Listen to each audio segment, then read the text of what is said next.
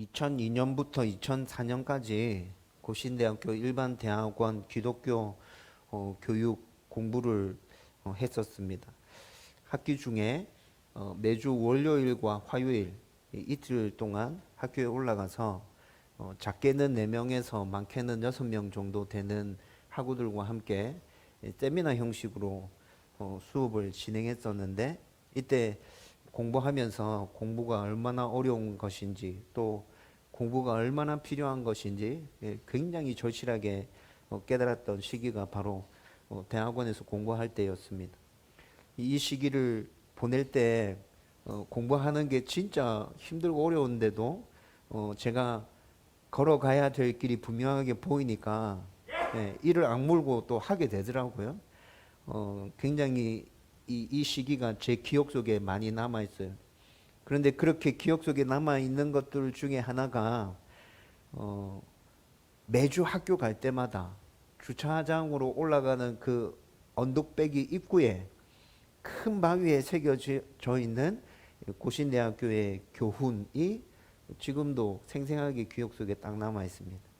제가 호산나 교회로 사역지를 옮길 때까지 저의 신앙의 배경은 다 고신교단이었습니다. 지금도 그래서 고신교단과 여러 모양으로 연결이 많이 되어져 있죠. 그래서 어린 시절부터 고신대학교의 교훈은 코람데오이고 라틴어고 하나님 앞에서 라는 뜻이다. 무엇을 하든지 하나님 앞에서 생각하고 결정하고 행하고 하나님을 주인으로 모신 삶을 살아야 한다. 그런 의미로 고신대학교 교훈이 코람데오라고 정해진 것이다. 여러 목사님들이 그런 이야기를 하는 거를 굉장히 자주 들었어요.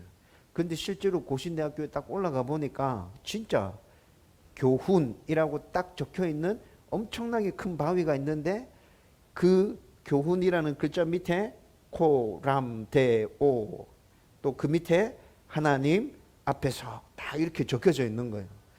여러분, 매주 학교 갈 때마다 차를 주차장으로 이제 올라가야 되잖아요. 이 주차장 올라가는 딱 언덕배기 입구에 그 크다란 바위가 딱 서져 있는데 지나다니면서 계속 보게 되는 거예요. 여러분, 그런데 그 기억이 지금도 제 머릿속에 아주 강력하게 남아있다고요.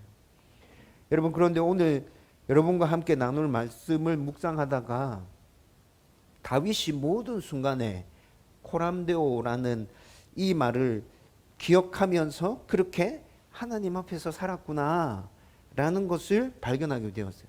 다윗이 코람데오라는 이 말을 알았는지 몰랐는지 잘 모르겠어요. 그런데 그에게서 나타나는 모습이 코람데오의 모습이라는 것이죠. 물론 그가 실수하고 죄를 범할 때도 있었죠. 그럴 때는 하나님 앞을 떠나서 자기 욕심과 교만에 따라서 생각하고 판단한 것이 맞습니다.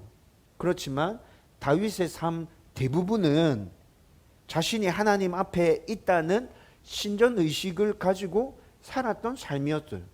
여러분, 성경에서 다윗의 삶들을 쭉 살펴보면 다윗의 삶 가운데서 그런 모습이 너무 분명하게 드러나고 있잖아요.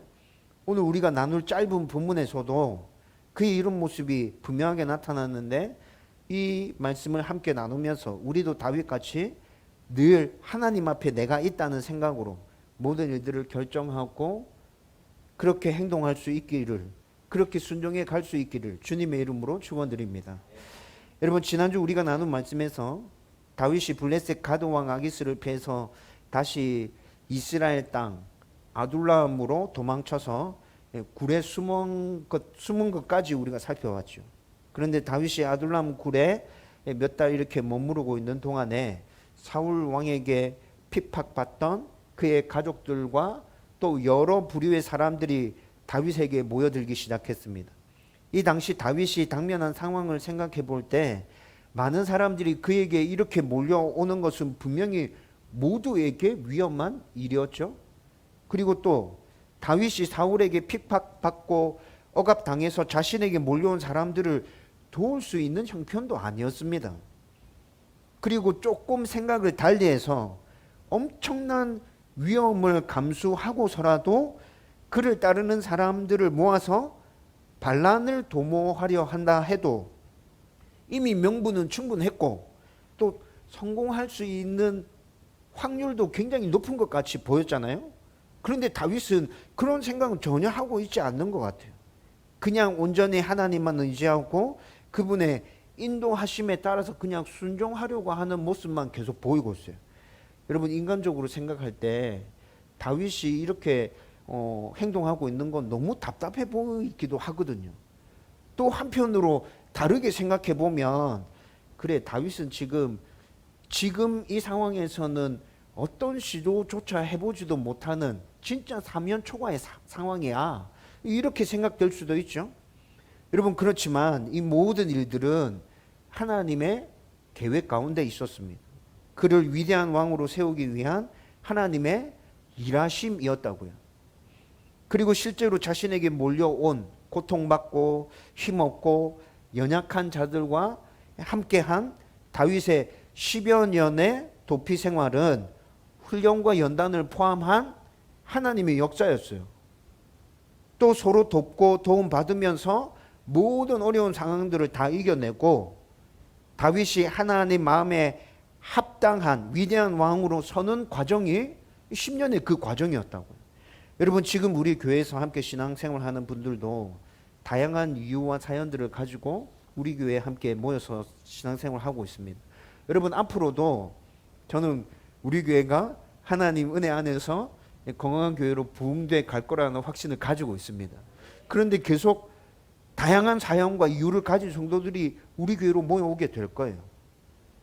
그리고 이 모든 일은 하나님 계획 안에서 이루어질 것입니다. 따라서 우리는 하나님만을 신뢰하고 의지해서 순종하면서 서로 돕고 도움받으면서 우리도 하나님이 주인이신 건강한 교회를 세워가기 위해서 지속적으로 몸부림치면 반드시 그 은혜가 우리 가운데 임하게 될 겁니다.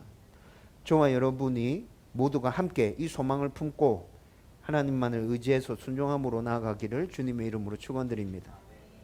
이런 상황 가운데서 다윗과 함께하는 사람들이 점점 많아져서 1000명이 이제 훌쩍 넘어가게 되었죠. 그 1000명이 넘어가는 숫자 안에는 노년의 다윗의 부모님과 또 노약자도 그와 함께 하고 있었기 때문에 다윗은 이들의 안전과 하나님의 인도하심에 대해서 더 진지하게 고민하지 않을 수 없었어요. 여러분, 그래서 오늘 3절 말씀을 보면 이렇게 고민한 다윗이 결정을 내리는데 어떻게 결정 내리죠? 이들 모두를 이끌고 모압 땅으로 이주해 가고 있습니다. 여러분, 그런데 여기서 다윗이 모압으로 향하는 이 모습은 2주 전에 살펴봤던 그가 블레셋 가드로 피신한 것과 다를 바가 없는 것 같은데? 라는 생각이 들기도 합니다. 여러분, 모압도 이스라엘과 국경을 마주한 이방 땅으로서 다윗 같은 이스라엘의 거물급 인사가 사울에게 쫓기는 상황에서 모압으로 이주해 간다면 2주 전에 제가 정치적으로 어떤 혼란이 일어날 것인지에 대해서 충분히 설명해 드렸죠. 지금 똑같은 상황이 초래될 수 있잖아요. 그렇죠? 또 그것뿐만이 아니라 종교적으로 생각해 봐도 모압은 분명히 이방인데, 그러면 하나님이 싫어하시는 건데 이렇게 하면 안 될 것 같은데 라는 생각이 또 분명히 딱 들죠. 그러나 지금 다윗이 모압으로 향하는 것은 2주 전에 우리가 말씀을 나누었을 때 그가 블레셋으로 향했던 것과는 완전히 다른 상황이에요. 오늘 본문에서는 이를 3가지 정도로 정리해서 우리 가운데 딱 보여주고 있어요. 먼저 첫 번째는 지금 다윗이 모압으로 향하는 것은 그의 안전만을 위해서 모압으로 옮겨가는 것이 아닙니다. 여러분, 물론 자기를 쫓는 사울을 피하기 위해서는 이스라엘 땅에 숨어 있는 것보다는 이방 땅, 다른 나라로 피신해 가는 것이 훨씬 더 안전한 선택일 거예요. 그렇지만 2주 전에는 이런 생각들 때문에 다윗이 분명히 블레셋으로 이동한 게 맞거든요. 그렇지만 지금 오늘 본문에서는 이 이유도 포함되어져 있기는 하지만 이것보다도 더 중요한 이유가 있어요. 그게 뭐였냐면 노년의 부모님과 그와 함께하는 연약한 자들의 안전을 위해서 다윗이 지금 이런 결정을 내리고 있다는 것입니다. 여러분, 다윗의 형제들은 8형제였어요. 8형제 중에 다윗은 몇째? 막내. 그런데 막내 아들에게 노년의 부모님이 지금 찾아왔잖아요. 그렇죠? 그러면 이 부모님은 분명히 기력이 쇠한 노년인 게 틀림이 없어요. 그렇죠? 이 부모님의 안전이 지금 다윗이 걱정되는 거야. 그리고 오늘 본문에는 언급되지 않았지만 여러분 다윗과 함께 하고 있는 숫자에 대해서 지난주에 살펴봤듯이 400명이라고 성경은 언급하고 있죠. 그런데 이 400명은 진짜 숫자가 아니라 그의 가족들과 그와 함께 하고 있는 사람들 다 치면 1000명이 훌쩍 넘어가는 숫자라고 그랬잖아요. 여러분 그 1000명이 훌쩍 넘어가는 숫자 안에는 분명히 노약자도 함께 포함되어 있었을 거예요. 여러분 다윗이 지금 아둘람 굴로 찾아온 이들을 품었다는 것은 이들의 안전을 모두 다 책임져야 하는 상황 가운데 있다는 거죠. 다윗이 고민하지 않을 수 없었던 이유가 바로 여기 있었던 거예요. 여러분 다윗은 지금 심각하게 고민했어요. 이거 어떻게 해야 되지? 지금 이 자리에 있다가는 지금 이 굴 안에 이 1000명이 넘는 사람들이 다 생활할 수도 없고 지금 이 자리에 이렇게 있다가 만약에 사울이 들이닥친다면 꼼짝없이 여기 있는 사람들 지금 다 죽게 생겼는데 지금 어떻게 해야 되지? 여러분 이런 상황들을 생각하고 심사숙고한 끝에 다윗은 모압으로 가야겠구나 라는 결정을 내리게 되었다는 것입니다. 여러분 두 번째로 다윗이 자신에게 몰려온 모든 일을 데리고 모압으로 피신한 이유는 모압은 다윗과 혈연적인 관계로 얽혀져 있다는 것도 중요한 이유가 되었습니다. 여러분 다윗의 증조모인 룻은 모압 여인이었습니다. 여러분 2019년에 우리가 룻기 강해를 하면서 모압 여인인 룻이 나오미와 함께 이스라엘로 귀환하게 된 것, 그리고 하나님의 은혜로 보아스의 아내가 된 것, 그리고 다윗의 증조모가 되는 모든 과정들을 우리는 자세하게 쭉 살펴봤었습니다. 여러분 이뿐만이 아니라 룻기서 시작이 어떻게 시작됐어요? 룻기서 시작, 사사시대 때 아비멜렉이라는 한 가정이 이스라엘 땅에 들었던 흉년을 피하기 위해서 모압 땅으로 이주하는 것으로 룻기가 시작되었습니다. 그렇죠? 여러분 이런 것들을 바탕으로 깔고 추측해 보면 이때 이 당시 모압 민족은 이스라엘에게 있어서 블레셋 민족과는 조금 다른 의미였던 것 같아요. 둘 다 이방 민족이기는 한데 블레셋은 완전히 적대국이고 모압은 함께 할 수 없는 이방인이기는 하지만 때에 따라서는 갔다 왔다 하기도 하고 조금 도움받기도 하고 뭐 이런 상황에 있었던 것 같아요. 여러분 이런 상황들을 가지고 지금 다윗이 모압으로 이동해 갔다는 것을 오늘 본문 말씀에서 조금 느낄 수 있어요. 여러분 이스라엘에 다윗이라는 걸출한 인물이 등장했을 때 주변 나라들도 아마 떠들썩했을 거예요. 그렇죠? 그리고 주변 나라들도 다윗과 뭔가 연결되는 게 있다면 그 연결되는 것을 고리 삼아서 다윗을 기억하려고 애를 썼을 거예요. 여러분 우리나라도 외국에 사는 2세, 3세들 그런 사람들 중에 걸출한 인물 나오면 뉴스에서 종일 떠들어대잖아요. 어떻게 해서든지 우리 민족과 엮어서 우리 핏줄을 타고 난 사람이 저쪽에서 뭔가를 하고 있다라는 것을 계속 알리려고 하죠. 그런 성격이 이때 이 당시에도 강했을 거라고요. 그런 게 어떻게 증거로 나타나죠?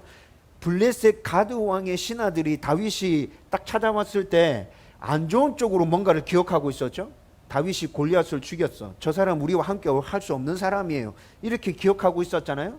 블레셋은 지금 안 좋은 쪽으로 다윗과 뭔가를 기억하고 있는 거예요. 다윗이 이스라엘의 걸출한 인물로 딱 떠올랐을 때 그렇지 저놈이 골리앗을 죽였지 저놈이 우리를 굉장히 괴롭히고 힘들게 하고 있어 라는 생각이 블레셋 안에는 딱 강하게 박힌 거죠. 그런데 모압은 어떻게 기억되고 있어요? 다윗이 룻의 증손자로 룻의 증손자 우리 민족이었던 룻의 증손자가 다윗이야. 그런데 그 다윗이 이스라엘에 지금 왕으로 거론되는 인물까지 올라갔네. 와 대단한데? 모압 사람들은 지금 다윗에 대해서 이런 식으로 얘기하고 있는 거예요. 다윗도 모압 쪽에서 자기에 대해서 좋은 생각을 가지고 있다는 걸 알았어요. 그래서 지금 그 사람들을 다 데리고 모압으로 이동해 가고 있다는 거죠. 사진 한번 보여주세요. PPT 사진 있을 거예요. 하나 보여주세요. 전산 준비해놨죠? 넘기면 그래요? 네. 바탕화면에 보면 PPT 하나 있을 거예요. 그거 한번 띄워봐 주세요. 네. 바탕화면에 보면 PPT 화면 하나 있어요. 사람은 누구나 이렇게 다 실수할 수 있습니다. 제가 똑바로 전달을 안 한 것 같습니다. 예, 제가 똑바로 전달을 안 해서 그런 것 같아요. 바탕화면에 보면 그 PPT 네, 있을 거예요. 전사님 바탕화면에 깔아놓은 건 맞죠? 바탕화면에 안 깔아놨어요? 아 그래요? 메일로만 받아놓고 안 깔아놨답니다. 나 아까 바탕화면에 보니까 뭔가 있는 것 같았는데 PPT 화면이. 네 그래요. 그러면 없는 걸로 하고 스킵하고 넘어갑시다. 제가 지금 보여드리려고 했던 사진이 지도입니다. 지도인데 다윗이 처음에 기브아에서부터 도망하는 생활이 시작되죠.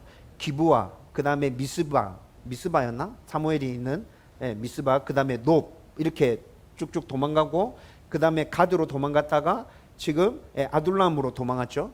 아둘람에서 모압은 이렇게 가야 돼요. 아둘람에서 모압은 이렇게 가야 돼요. 근데 이렇게 갔다가 또 나중에 오늘 5절 말씀해 보면 돌아가라 해가지고 또 이렇게 돌아와서 헤렛이라는 수풀에 머물게 돼요. 지금 이 과정을 지금 보여드리려고 했는데 여러분 지금 이런 과정을 통해서 지금 다윗이 왔다 갔다 하고 있어요. 그런데 아둘람에서 모압은 제가 방금 설명해 드렸잖아요. 이렇게 돌아가야 돼. 사해가 있어요. 사해가 있어가지고 지금 여기서 이렇게 돌아가서 이렇게 모압으로 가야 된다고요. 여러분 1000명이 넘는 사람들을 이끌고 이렇게 돌아서 이렇게 가려고 하면 꽤 힘든 일이겠죠. 근데 지금 다윗이 모압으로 이들을 끌고 가고 있어요. 왜냐하면 모압 민족들은 그래도 나에 대해서 좋은 생각을 가지고 있어. 이 사람들 끌고 가면 도와줄 거야. 피신할 수 있어 라는 생각을 가지고 지금 이렇게 그 사람들을 데리고 모압으로 가고 있다는 거예요. 세 번째, 이게 제일 중요해요. 세 번째, 지금 다윗이 모압으로 피신하는 것은 하나님의 인도하심에 따른 거예요. 오늘 우리가 읽은 본문 3절 말씀 보면 다윗이 모압 왕을 만났을 때 3절 말씀에 이렇게 얘기합니다. 하나님이 나를 위하여 어떻게 하실지를 내가 알기까지 이 사람들을 좀 부탁합니다. 이렇게 부탁하고 있어요. 하나님이 나를 위하여 어떻게 하실지 내가 알기까지 라는 조건을 붙여서 부모님과 노약자를 돌봐달라고 지금 부탁하고 있는 거죠. 여러분 이 말을 히브리어 원문으로 살펴보면 다윗이 지금 사울의 위협을 피해서 도망가는 불확실한 상황 속에서 하나님의 도움으로 안전하게 될 때까지 혹은 다윗을 향하신 하나님의 뜻과 계획을 알 때까지 모압 왕에게 부모님과 노약자들을 부탁합니다 라는 의미인 거예요. 그리고 다윗의 이 말 안에는 그가 하나님의 뜻을 알고자 하는 강한 열망이 있다는 것도 지금 분명하게 보여주고 있어요. 하나님이 나를 위해서 어떻게 하실지 알기까지 이 조건 안에는 내가 그것을 알기 위해서 지금 노력하는 중이에요 라는 의미도 같이 포함되어 있는 거죠. 같이 포함되어 있어요. 여러분 다윗은 가드에서 아둘람으로 피신할 때부터 정신을 바짝 차렸어요. 하나님을 온전히 의지하고 하나님의 인도하심에 순종하기 위해서 그분께 집중하고 있었어요. 그의 이러한 모습은 2주 전에 우리가 나눈 말씀에서 인간적인 생각과 판단에 따라 블레셋으로 피했을 때와는 완전히 다른 모습인데 그때와 같은 실수를 반복하지 않으려는 다윗의 의지와 결단이 오늘 3절 말씀 가운데 분명히 나타나고 있다는 거예요. 여러분 3절에서 이를 좀 더 분명하게 보여주는 한 단어가 딱 등장해요. 다윗이 진짜 뭔가를 딱 결정하고 있구나라는 걸 딱 보여주는 단어가 등장하는데 한글 성경에서는 당신들과 함께 있게 하기를 청하나이다 이렇게 말했죠. 이 말에서 함께 있게라는 이 단어가 다윗의 의지가 얼마나 강력한지를 딱 보여주고 있어요. 여러분 그런데 재밌는 것은 히브리어 성경으로 읽어보면 한글 성경에는 함께 있게라고 말하고 있잖아요. 근데 히브리어 성경에서는 이 단어가 아니야. 이 단어가 아니야. 어떤 단어이냐면 떠나 있게라는 단어가 써져 있어요. 떠나 있게. 여러분 다시 말하면 안전해질 때까지 다윗의 부모가 다윗을 떠나 있도록 허락해 주십시오 라는 의미인 거예요. 여러분 그런데 보통 누군가를 이렇게 부탁할 때 누군가를 좀 이렇게 돌봐 주십시오 부탁할 때 이렇게 말하지 않잖아. 그렇죠? 이렇게 말하지 않아요. 그래서 지금 한글 개역 성경이 의미가 통하도록 히브리어 단어에는 그런 단어가 아닌데 지금 의미가 통하도록 지금 이렇게 만들어 놓은 거예요. 여러분 평상시 사람들이 사용하는 대로 정상적인 표현으로 이걸 해석한다면 한글 개역 성경에 맞아. 안전해질 때까지 나의 부모가 당신과 함께 있기를 부탁합니다. 청합니다. 여러분 이게 지금 우리가 사용하는 정상적인 표현인 거죠. 근데 지금 히브리어 단어를 그대로 해석하면 안전해질 때까지 나의 부모가 나를 떠나 있기를 청합니다. 이렇게 표현하고 있는 것이라고요. 여러분 다윗이 왜 이렇게 꼬아서 말하고 있을까요? 이거 지금 이거 이렇게 얘기하면 이거 의미가 빨리 팍 안 통하는데 다윗이 왜 이렇게 꼬아서 얘기하고 있지? 여러분 다윗이 지금 이렇게 의미를 꼬아서 얘기하는 건 이 단어 안에 그의 의지가 딱 들어가 있기 때문에 그래요.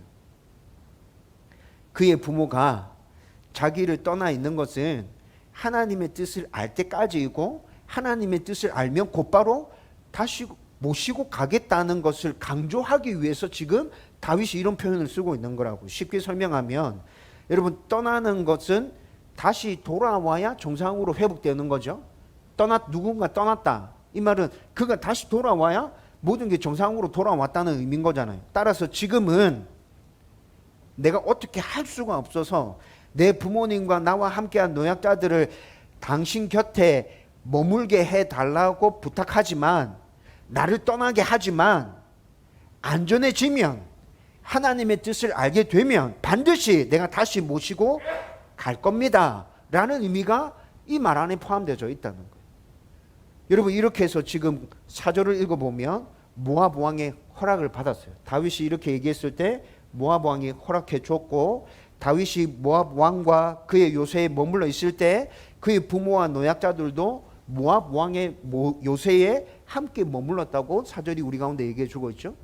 그리고 난 다음에 또 5절이 이어집니다. 5절 말씀해 보면 이제 선지자 갓이 등장해서 하나님의 뜻을 기다리고 있던, 하나님이 도대체 나한테 어떻게 하려고 하는 거지? 라는 궁금증을 가지고 있던 다윗에게 하나님의 뜻을 알려줍니다. 여러분 오늘 본문에 성경에서 이제 선지자 갓이 딱 처음으로 등장하는 거예요. 첫 번째로 딱 등장하는 모습인데 여러분 여기서 조금 의문이 생기는 게 있어요. 도대체 갓은 다윗과 어떻게 함께하게 된 거지? 라는 궁금증이 딱 생기는데 그에 대해서는 전혀 얘기해 주지 않아요. 그냥 갓이 갑자기 등장했어. 그래서 학자들이 추측해봤어. 도대체 갓이 어디서 튀어나온 거야? 생각을 해보니까 여러분 사무엘 선지자가 선지생도 학교를 운영하고 있었어요. 그거는 우리가 훨씬 앞에서 쭉 살펴봤죠. 그 선지생도 학교의 학생인데 지금 사무엘에게 하나님의 음성이 임해서 그 하나님의 음성을 지금 갓에게 일러주고 지금 갓에게 다윗에게 알려주라고 지금 보냈구나. 이렇게 추측하는 학자들도 있고 또 다르게 해석하는 학자들은 사울에게 핍박당하고 억압을 당해서 다윗에게 찾아왔던 400명 중에 갓이 포함되어 있었어. 이렇게 해석하는 학자들도 있어요. 어떤 건지 잘 모르겠어요. 그런데 중요한 것은 이때 이후로부터 갓은 다윗과 계속 함께합니다. 여러분 그래서 역대상 21장 9절 말씀해 보면 다윗이 왕이 된 이후에도 갓은 다윗 옆에서 하나님의 음성을 전달해 주는 역할을 하고 있어요. 역대상 29장 29절에 가보면 다윗이 죽고 난 다음에 다윗과 관련한 모든 행적을 정리한 선지자의 명단에 갓이 포함되어 있어요. 그래서 갓은 지금부터 계속 쭉 함께 하는 거예요. 여러분 다윗과 함께 한 선지자가 갓뿐이었나요? 아니요. 지금 이 시점에서 사무엘도 살아있어요. 그렇죠? 지금 이 시점에 사무엘도 함께 하고 있고 이제 조금 지나면 사무엘은 죽어. 그런데 지금 갓이 또 오늘 본문에 등장했죠? 지금 시점에서는 사무엘도 있고 갓도 있어요. 그럼 조금 뒤에 가보면 사무엘이 죽고 난 다음에 나단이라는 사람이 또 등장해요. 그래서 다윗 주위에는 하나님의 음성을 전해주는 선지자들이 이렇게 늘 곁에 같이 하고 있어요. 하나님 앞에서 내가 어떻게 생각하고 판단해야 될 것인지에 대해서 관심을 가지고 있었던 다윗, 그 다윗 곁에서 그런 것들에 대해서 하나님의 음성을 전달해 주고 있는 선지자들이 계속 함께 하고 있는 모습들. 여러분 저는 이 말씀을 읽으면서 다윗에게 이런 사람들이 함께 하고 있었다는 게 너무 부러운 거예요. 야 진짜 좀 듣기 싫은 말을 할 때도 있긴 했지만, 그런데 그 듣기 싫은 말은 다윗이 잘못했을 때 그렇게 했던 거고, 야, 이런 사람들이 계속 다윗 곁에 있어? 야, 진짜 다윗 너무 좋겠는데? 저는 내 주위에 이런 사람 좀 많으면 좋겠다. 여러분, 이런 생각이 든다는 거죠. 아무튼 선지자 갓이 다윗에게 하나님께서 들려준 음성을 가지고 왔어요. 그리고 다윗에게 전해줍니다. 뭐라고 전해주죠? 여기 머물러 있지 말고 모압을 떠나서 다시 유다 땅으로 돌아가라, 이렇게 전해주세요. 여러분, 이미 우리가 살펴본 것처럼 다윗은 하나님의 뜻이 무엇인지 알기를 간절히 원했어요. 또 그분의 인도하심에 순종하기로 작정하고 있었죠. 그런데 아둘람의 동굴은 그를 찾아온 많은 사람이 생활할 수도 없는 곳이고, 또 하나님의 뜻을 알기 위해서 그곳에서 기다리고 있는 동안에 사울이 들이닥치면 그와 함께하고 있는 모든 사람들이 너무 위험한 곳이었어요. 그래서 그들을 이끌고 모압으로 옮겨오기는 했지만 모압에서 여전히 하나님의 뜻을 구하고 있었어요. 도대체 하나님, 제가 어떻게 행해야 하는 것입니까? 그렇게 계속해서 묻고 있는데 하나님이 갓이라는 선지자를 통해서 하나님의 뜻을 분명하게 알려주고 있었다는 거죠. 이렇게 하나님의 뜻이 무엇인지 알게 되었을 때 다윗에게 나타난 모습은 어떤 거였어요? 짐 싸서 바로 옮겨가는 거예요. 다시 유다 땅으로 돌아가라는데, 여러분, 지금 다윗이 옮겨간 곳이 헤렛 수풀이라는 곳이군요. 헤렛이라는 지명이에요. 그런데 이 헤렛이라는 지명은 아둘람이라는 지명에서 조금 옆에 있는 곳이에요. 그리고 수풀이 많았던 지역이고, 수풀이 많았다는 것은 숨기 좋은 지역이라는 말이죠. 그런데 아둘람에서 조금 더 떨어져 있는 곳이야. 그러면 지금 돌아가라고 해서 돌아가는데, 이 말은 지금 무슨 말이에요? 사울의 추격 반경 안으로 다시 돌아간다는 말이에요. 여러분, 그런데 다윗에게 주저함이 있는 것 같아요. 오늘 말씀에서 쭉 읽어봤을 때 머뭇거리거나 고민하거나 생각했던 흔적이 나타나요? 그런 거 안 나타나. 그냥 돌아가라니까 그냥 예 알겠어요 하고 그냥 모압에서 당장 짐 싸서 그 사람들 다 다시 헤레스로 유다 땅으로 다시 돌아가는 거예요. 여러분, 이제 오늘 우리가 살펴본 말씀을 통해서 분명히 우리가 붙들어야 할 교훈이 무엇인지 한번 살펴보십시다. 여러분, 이 말씀을 통해서 우리가 붙들어야 할 교훈은 바로 모든 생각과 결정과 일의 진행을 호람되오 하나님 앞에서 행하라라는 것입니다. 여러분, 자신의 생각과 판단으로 블레셋 가드 왕 아기스에게 피했다가 큰 실패를 경험했던 다윗은 아둘람으로 돌아와서 동굴에 숨게 되죠. 그런데 사울에게 핍박과 억압을 당한 많은 사람들이 자기에게 몰려오는 아주 난처한 상황에 직면하게 됩니다. 여러분, 이런 상황에서 다윗은 더 이상 예전처럼 자기 생각과 자기 판단과 자기가 하고 싶은 그 마음을 앞세우지 않습니다. 여러분, 지금 우리가 충분히 살펴봤잖아. 인간적으로 생각해 봤을 때는 지금 그 사람들 다 물려야 되는 상황이 맞는 거죠. 그렇죠? 나는 지금 너희들을 품을 수 없다. 지금 내 코가 석자다. 지금 나도 도망가기 바빠 죽겠는데 니네들 어떻게 품으라는 건데 지금 다 죽는 거다. 이렇게 하면 니네들은 알아서 가라. 니네들은 알아서 가고 나는 내 살 길 알아서 가겠다. 여러분, 이렇게 나와야 지금 맞는 거라고. 그런데 다윗은 하나님 앞에서 생각하고 결정하고 행동하고 있다는 것이 오늘 말씀에서 다 보여줬어요. 어떻게 보여줬죠? 먼저는 당장 노년의 부모님과 노약자를 위해서 어떻게 해야 하는지 하나님 앞에서 고민하고 생각하기 시작해요. 이 사람들 그냥 이렇게 있다가는 큰일 나겠는데, 이 사람들 지금 어떻게 해야 되는데, 내가 어떻게 해야 되는 게 맞지? 어떻게 하는 걸 하나님 기뻐하실까? 이런 고민이 지금 다윗 머릿속에서 시작되었다는 거예요. 그리고 그렇게 고민하고 난 다음에 모든 상황들을 다 고려해서 하나님의 뜻을 분명하게 알 때까지 나와 혈연적으로 연관이 있는 모압으로 잠깐 피하자.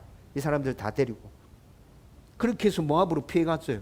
모압에서 피해서 있는 동안에 모압 왕이 그들을 맞이해줘서 요새에서 안전하게 지내고 있어. 근데 그때 선지자 갓을 통해서 하나님의 뜻이 무엇인지 정확하게 들려왔어요. 그런데 그 하나님의 뜻은 다시 위험이 도사리고 있는 유다 땅으로 돌아가는 거예요. 사울의 반경 안으로 다시 돌아가는 거예요. 근데 다윗은 그렇게 들려온 하나님의 뜻에 대해서 주저함 없이 그냥 순종해서 또 따라가요. 이것이 오늘 본문 가운데 나타난 다윗의 모습이었다. 여러분, 다윗의 이런 모습은 이전처럼 하나님을 배제하고 그의 인간적인 생각과 판단에 따른 게 아니죠. 또 세상 사람들처럼 자기 유익과 욕심과 교만에 따라서 결정하고 행동한 것도 아닙니다. 지난주에 살펴본 말씀에서 드러났듯이 다윗은 지금 마음속에 확실하게 결정하고 꼭 붙들고 있는 게 있어요. 뭡니까? 하나님께서 인도하시는 데까지 간다. 하나님께서 말씀하시는 데까지 무조건 순종한다. 여러분, 지금 다윗 마음 안에 들어있는 건 이거야. 이거 하나 붙들고 하나님 앞에서 생각하고 결정하는 거예요. 세상 사람들이 뭐라 하든지 간에, 내 눈에 보이는 상황이 어떻든지 간에 난 그건 상관없어. 그냥 하나님 인도하시는 데까지 간다. 무조건. 다윗은 지금 이 생각으로 지금 이런 모든 결정들을 다 진행했어요. 여러분, 다윗의 이런 모습을 오늘 설교 서론과 연결해서 설명하면 바로 코람데오의 모습입니다. 여러분, 제가 자주 여러분들에게 강조했던 것으로 바꿔서 설명하면 성경적인 사고를 바탕에 깔고 하나님의 말씀에 근거한 생각과 결정에 따라서 지금 움직이고 있는 것이라고요. 동서고금을 막론하고 모든 사람이 하나님의 말씀을 기준으로 해서 하나님 앞에서 생각하고 판단하고 결정해서 행동하면 모든 이에게 하나님의 형통이 임할 것이라고 성경은 분명히 우리 가운데 말씀해 주고 있어요. 그렇죠? 여러분, 이건 진리입니다. 진리. 이건 진리예요. 그런데 이 진리는 사람이 만들어낸 진리입니까? 아니요. 사람이 만들어낸 진리가 아니에요. 하나님께서 말씀하신, 하나님께서 약속하신 진리입니다. 따라서 하나님의 백성으로서 우리가 정말 형통의 삶을 누리기를 원한다면 우리는 하나님 앞에서 생각하고 판단하고 결정하고 순종해 가면 하나님의 형통이 우리 가운데 반드시 임하게 돼 있다고요. 여러분, 인생을 너무 복잡하고 어렵게 생각하지 마세요. 그냥 성경에서 말씀하고 있는 대로 단순하게 받으세요. 생각이 너무 많아서 어려워. 생각이 너무 많아서 어려워. 그냥 하나님 앞에서 생각하고 판단하고 결정해서 순종해서 가면 내 삶이 형통이구나. 여러분, 이것만 생각하면 된다고요. 여러분, 그런데 우리 모든 삶이 하나님 앞에 있고 모든 일을 하나님 앞에서 생각하고 판단하고 결정하고 행해야 한다는 것을 생각할 때 왠지 가슴이 답답해 오는 건 무슨 이유인지 모르겠어. 깝깝하죠? 하나님이 내 삶을 다 보고 계셔? 내가 하나님 앞에 있어? 생각할 때, 결정할 때 하나님이 나를 보고 계신다는 생각을 가지고 그렇게 해야 돼? 미치겠는데 진짜? 이게 뭐야? 이런 생각이 들지 않으세요? 여러분, 그런데 우리 가운데 그런 생각이 드는 이유는 뭘까요? 우리가 하나님 손에 온전히 붙들림 받지 못하고 있다는 거예요. 우리가 말씀에 굳게 서 있지 못하다는 거예요. 그래서 어중간하게 하나님과 세상 쪽에 한 발씩 걸쳐놓고 옛날에 예수님 제대로 믿기 전에, 하나님 제대로 믿기 전에 세상에서 즐겁게 여기면서 생활하던 그 모습이 추억 한켠에 남아있어. 그래서 그것도 포기하고 싶지 않은데, 그것도 나름대로 좀 재미가 있는데, 근데 하나님 앞에 있다고 내가? 그러면 왠지 그거 다 포기해야 될 것 같아. 이게 굉장히 어렵고 힘들게 한다고요, 우리를. 여러분, 그래서 성인이 되어서 예수님을 믿기 시작한 남성들을 보면 세상 쪽에 한 발, 교회 쪽에 한 발 분명히 딱 들여다 놓고 평일날에는 그냥 이렇게 살고 주일날 교회 오면 또 이렇게 살고 이렇게 하는 모습들이 많이 보이죠. 여러분, 그런데 성경에서는 신앙생활에 대해서 어떻게 얘기하고 있어요? 성경에서 얘기하는 것, 우리가 점점 성숙해져서 하나님이 어떤 분인지 깊이 알게 되고 또 그분의 말씀이 어떤 것인지 알고 순종하기 위해서 노력해 갈 때 세상이 알지 못하는, 세상의 것들과 비교할 수 없는 하나님의 은혜와 평안과 기쁨과 즐거움과 행복이 우리 가운데 넘쳐난다고 성경이 계속 얘기해 주고 있지 않는가요? 여러분, 분명히 성경이 우리 가운데 그렇게 얘기해 주고 있잖아. 네가 정말 제대로 신앙생활을 한다면 너는 지금껏 경험해 보지 못한 완전 새로운 하나님의 은혜들을 누리게 될 거야. 이렇게 계속 얘기해 주고 있어요. 여러분, 성경에서 얘기한 그런 모든 것들은 하나님 안에 있는 하나님의 성품에서 기인되는 것들이에요. 그래서 이것들은 완전하고 완벽한 것들이에요. 세상에 존재하지 않아요. 영적인 것이에요. 그래서 세상에 죄악에 물들어 있는 사람들은 절대로 이런 것들을 맛볼 수 없어요. 그냥 세상의 것, 좋은 것, 자기가 보고 느끼고 있는 그것만 전부 다인 줄 알고 그걸 향해서 계속 쫓아가고 있다는 거죠. 그렇지만 세상에 살고 있지만 하나님의 은혜를 덧입고 하나님의 백성으로 거듭나서 말씀에 순종하기 위해 몸부림치는 우리들은 지금 성경에서 얘기하고 있는 그 영적인 축복이 무엇인지 조금씩 맛보아 알고 있어요. 야, 이거 진짜 세상의 것들과는 어떻게 비교가 안 되는 거구나. 하나님 주시는 그 평안함은 내 상황의 어떠함에 따라서 주어지는 평안함이 아니라 그냥 하나님 그분 자체로부터 흘러나오는 그 평안함이구나. 내 상황이 하나도 변화되지 않는다 하더라도 하나님 그냥 내 안에 내주하심으로 말미암아서 내가 누릴 수 있는 이 평안함이 성경에서 얘기하는 그것이구나. 하나님으로부터 비롯되어지는 그 기쁨과 즐거움과 행복이 지금 이런 거구나. 여러분, 신앙생활을 제대로 해가면 우리가 그런 것들을 맛보아 알게 된다고요. 여러분, 완전하고 완벽하게 이것들을 알게 되는 때는 언제죠? 하나님 앞에 섰을 때. 우리가 죽어 천국 가서 하나님 앞에 섰을 때 완벽하게 그 은혜들을 누리게 될 것입니다. 그렇지만 우리도 이 세상에서 몸부림치고 있을 때 그것을 계속 조금씩 누려가고 있다고요. 여러분, 이걸 누려본 사람들은 어떻게 얘기해요? 세상의 것이 더 좋다고 얘기해요? 아니, 그렇지 않아. 이게 더 좋아. 근데 너가 경험해 보지 않았기 때문에 지금 그것을 계속 포기하지 못하고 붙들고 늘어지는 거야. 근데 제대로 한번 해봐. 너도 느껴지게 될 거야. 여러분, 이렇게 충고해 주고 싶잖아. 권면해 주고 싶잖아. 그렇죠? 저와 여러분이 하나님 앞에서 생각하고 판단하고 결정하고 순종하는 삶을 살아가면 세상의 것과는 비교할 수 없는 이런 하나님의 은혜들을 누리면서 살아가게 될 거예요. 여러분, 코람데오의 삶을 살아가는 데 있어서 주저하지 않았으면 좋겠어요. 하나님의 은혜가 분명히 나의 가운데 임한다. 그 확신을 가지고 그렇게 살아가는 저와 여러분들 되기를 주님의 이름으로 축원드립니다. 이제 말씀을 정리하려고 합니다. 여러분, 우리 내면을 잘 살펴서 여전히 하나님 앞에서 살아가는 것, 코람데오의 삶을 살아가는 것에 대해서 답답한 마음이 생기고 뭔가 주저하는 마음이 생긴다면 내가 지금보다도 훨씬 더 많이 성화되어져야 하구나 라고 생각하시면 틀리지 않습니다. 쉽게 설명해 드리면 여러분, 그런 마음이 든다면 지금보다도 더 많이 성경을 읽어야겠다. 지금보다도 더 많이 하나님의 말씀을 듣기 위해서 내 시간을 투자해야겠구나. 말씀 묵상하는 거 큐티책 하나 구입해서 옆에 설명 읽는 거라도 그냥 계속 꾸준하게 해야겠다. 수요 기도에 가서 10분이라도 열심히 기도해야겠다. 여러분, 이렇게 생각하시면 틀리지 않다고요. 맞는 생각을 한 것이라고요. 여러분, 이렇게 노력하다 보면 어떻게 된다고요? 세상과 비교할 수 없는 하나님의 평안과 기쁨과 자유와 즐거움들을 경험하게 될 겁니다. 코람데오의 삶을 살면 이런 은혜가 내 삶 가운데 주어지구나. 이거는 세상의 것과 어떻게 비교할 수 없는 거구나. 설명이 안 되는 거구나, 이거. 여러분, 그걸 맛보아 알게 되면 더 갈망하게 될걸요? 더 갈급해질걸요? 여러분, 저와 여러분들이 그렇게 되었으면 좋겠어요. 여러분, 코람데오의 삶을 살아가는 데 있어서 주저하지 마십시다. 여러분, 담대하게 단순하게 생각하고 그냥 순종해서 첫 발을 한번 내디뎌 보자고요.